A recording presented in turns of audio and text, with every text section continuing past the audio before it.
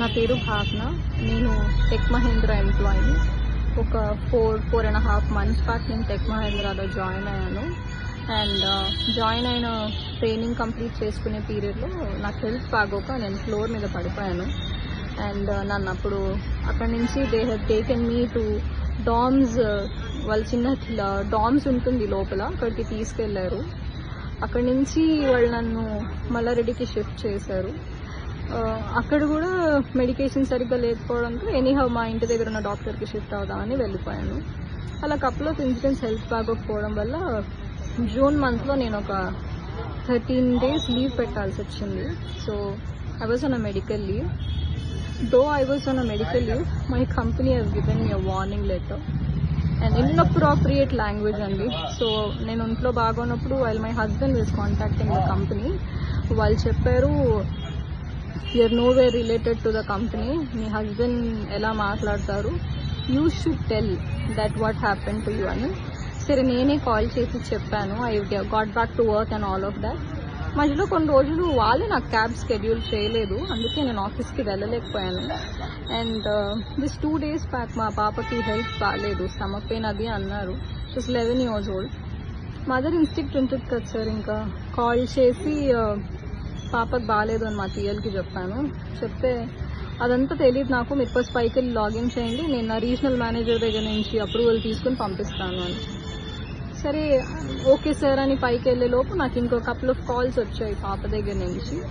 So I had to go. నేను అన్నాను లేదు సార్, నేను ఒకవేళ వెళ్ళిపోయినా I try to compensate tomorrow, కానీ ప్రామిస్ చేయలేను, ఎందుకంటే ఇంటికి వెళ్ళే పాప పరిస్థితి ఎలా ఉంటుందో తెలీదు. యూజువలీ సాటర్డే సండే నా ఆఫ్ కదా, నేను ఆల్రెడీ కొన్ని స్కెడ్యూల్స్ నేను చూసి చెప్తాను అని చాలా పొలైట్గా ఫోన్ డిస్కనెక్ట్ చేశాను. And I went back home, I taken care of my daughter.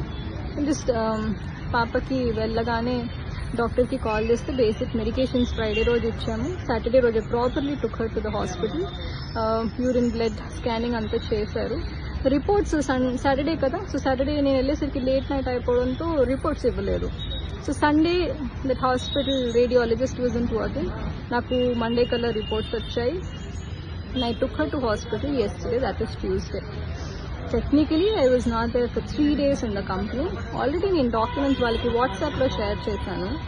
So by the time I reached office అండి, there were so many threatening emails that మీరు రేపు ఖచ్చితంగా రిపోర్ట్ చేయాలి అని 21st రోజు రిపోర్ట్ చేయాలని మెయిల్స్ ఉన్నాయి. I was in a dilemma that నేను ఎలాంటి ఎన్వైరన్మెంట్లో పనిచేస్తున్నాను, ఇంత వర్క్ హెరాస్మెంట్ అయితే ఎక్కడా ఉండదు. అండ్ సో అక్కడికి నా మీద వచ్చినప్పుడు, నాకు హెల్త్ బాగున్నప్పుడు when they were questioning all of this, నాకు అంత బాగానే అనిపించింది sir. But I'm a married women, నాకు ఒక పాప ఉంది. I definitely have to take care of my daughter. నాకు ఒక ఫ్యామిలీ ఉంటుంది. సో మోస్ట్లీ మార్నింగ్ 12:30 లాగిన్ అంటే 10:30కి క్యాబ్ ఎక్కి ఇంటికి వెళ్ళేసరికి 1 o'clock అవుతుంది. Most of the time we're in Tech Mahindra. And అలాంటి మమ్మల్ని కూడా మీరు పట్టించుకోకుండా ఉంటే ఎలా సార్, అది చాలా తప్పు అనిపించింది. మోరోవర్ వాళ్ళకి 60 days ఆఫ్ నోటీస్ పీరియడ్ ఉంటుంది. నేను ఇది తప్పించి నేను ఇంకే తప్పు చేసింది లేదు. నాకు ఇమీడియట్ టర్మినేషన్ ఇచ్చారు. So I have the documents with me where I never been lying about my health and all of that. And అది కూడా కాక ఇప్పుడు మోర్ అలార్మింగ్ ఏంటంటే sir, their work culture also is worst అనే చెప్పాలి. నేను ఏ కంపెనీలో వాష్రూమ్కి వెళ్తే అడిగి వెళ్ళాలి అని వినలేదు sir. This is the only company where I heard women వాష్రూమ్కి వెళ్ళాలంటే కూడా చెప్పాలి, ఫ్లోర్ మీద అరుస్తారు ఎక్కడికి వెళ్ళారు అని. వాష్రూమ్కి వెళ్ళాము అని చెప్పలేక అసలు పని ఉండి వెళ్ళాము అంటే ఎక్కడికైనా వెళ్తే చెప్పి వెళ్ళాలి అని. Sir I'm not comfortable sharing వాష్రూమ్కి వెళ్తున్నాను అంటే బయో బ్రేక్ అని చెప్పండి, లేకపోతే జువితాతో చెప్పండి, ఇంకెవరితోనైనా చెప్పండి. బట్ మీరు చెప్పకుండా ప్లేస్ నుంచి వెళ్ళిపోతే మాకు ఎలా తెలుస్తుంది మీరు ఎక్కడికి వెళ్తున్నారు అని. So much of micro management is being done. అది కూడా that is intolerable sir. I am a woman, I have right to pee. I will not answer anyone that I am going for pee or loo or I am doing anything. I have a medical condition where I might require to go little more to the washroom. Company should work accordingly to the employee. That also wasn't given. ఉమెన్తో రెస్పెక్ట్ఫుల్గా మాట్లాడరు sir. ఇంకొక విషయం ఏంటంటే, నేను medical లీవ్లో ఉన్నప్పుడు ఒక్క call చేసినప్పుడల్లా when are you turning up or else we will remove you, when are you turning up or else we will remove you అని warning mails పెట్టారు, వార్నింగ్ కాల్స్ చేశారు తప్ప మీ హెల్త్ ఎలా ఉంది, మీకు ఏం జరిగింది, how are you feeling about it అని ఒక్క మాట కూడా నన్ను అడగలేదు సార్. మరోవర్ మా పాపకు బాగాలేదు, నాకు మా హెచ్ఆర్ నుంచి కాల్ వచ్చింది. షీ సెడ్ భావన I heard about your daughter, when I reporting ma'am, ఒకవేళ మీరు మెడికల్ డాక్యుమెంట్స్ తీసుకుని రేపు రాకపోతే you will face serious consequences అని చెప్పారు. మీరు వినండి భాగ్య గారు, ఏం జరిగిందో వినండి. This is my daughters health condition. She didn't even listen to me. She said you come back, we will talk with the documents అని. దెన్ షీ సెడ్ మీరు మీ టీఎల్ కాల్ మొహం మీద కట్ చేసి వెళ్ళిపోయారంట కదా ఆఫీస్లో రిపోర్ట్ చేయకుండా.